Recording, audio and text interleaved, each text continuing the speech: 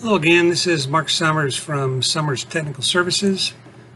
We've been going through these short, quick videos about some specific questions I've gotten over the last few weeks.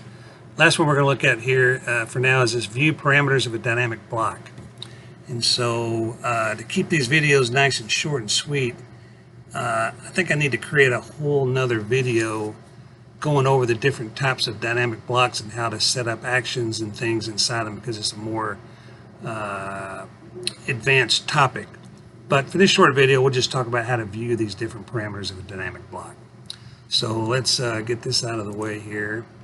And I've opened up a file here that happens to have some dynamic blocks in them. And so again, you may have a different version of AutoCAD. It looks probably similar, but possibly different. So I'm going to go from the Home tab, I'm going to go over here to the View tab, and I'm going to find the Blocks command here. So I'll click on Blocks, and I get this dialog box here. I can look at recent blocks, favorite blocks. The current drawing, these are some blocks here, and you can see I've got a little oven, I got a refrigerator, some sinks, and these blocks that have this little lightning bolt looking thing on them are dynamic blocks.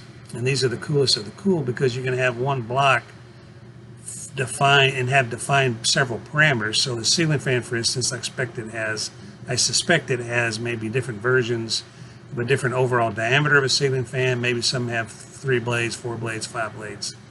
And here's a door that has possibly some different widths of the door, maybe different opening angles, all built into the same dynamic block.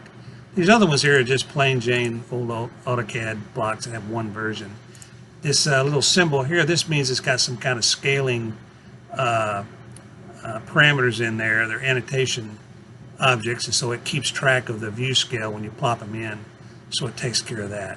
So let's just look at one of these things and just kind of show you what these parameters are. So I want to decide I want the ceiling fan, so I want to click and hold it, my left mouse button, drag it into the window and plop it in over here. And I'm going to maybe drag this one over as well and drag one in here. And it looks like I missed my ceiling fan. What happened to it? So I'm going to try it again. I'm going to drag this over, drop it in. There it is right there. So now these, again, these are defined blocks in this particular drawing I have open. And here's a toilet. Let's throw this in there. That might be fun. So I've got 3 dynamic blocks, and I know they're dynamic blocks because of these lightning bolts here. So once I'm done dragging these in, now they're defined, but now I'm actually using them in my drawing here. So I'm going to close this dialog box out here. I don't want to hit that button. I want to hit this button. All right.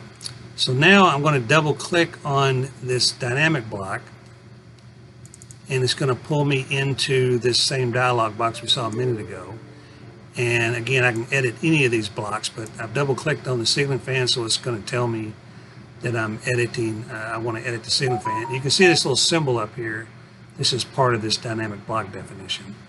And again, the lightning bolt tells you it's a dynamic block. So I'm going to say OK.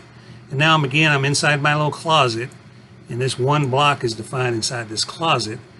And you'll get different kind of indicators over here. And again, I want to have to make another video to go into all these details. But for each one of these entities in the block definition, you can define different parameters, such as rotation angles, linear dimensions, and so you can have these things dynamically update. Actions have to do with things about stretching and scaling and rotating. And you've got parameter sets and constraints. And again, we're going to do another more in-depth video later, but for now I just wanted to explain how to see the different types of definitions, or how to get inside these dynamic blocks.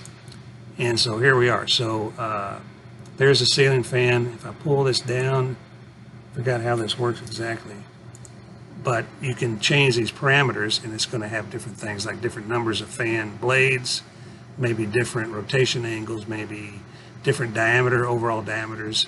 So those are all tied into those dynamic parameters that we just saw a minute ago. So I'll go ahead and get out of here. I'll hit the X here, close that dialog box. I'll discard the changes because I don't want to change anything with it. And now I'm back here to my opening here. So I guess I closed the whole drawing. So I hope that was useful to help you see how to view the parameters of a dynamic block, how to identify which one is a dynamic block. When you get to your block dialog box, you can identify them by that little lightning bolt on there.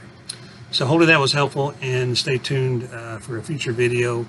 Taking this dynamic block parameters, we'll take it a little bit more in depth, maybe define some different tables with different links and maybe number of chairs. We'll make a little simple dynamic block to kind of give you more details about that. So until then, this is again Mark Summers from Summers Technical Services, and we'll see you on the next video.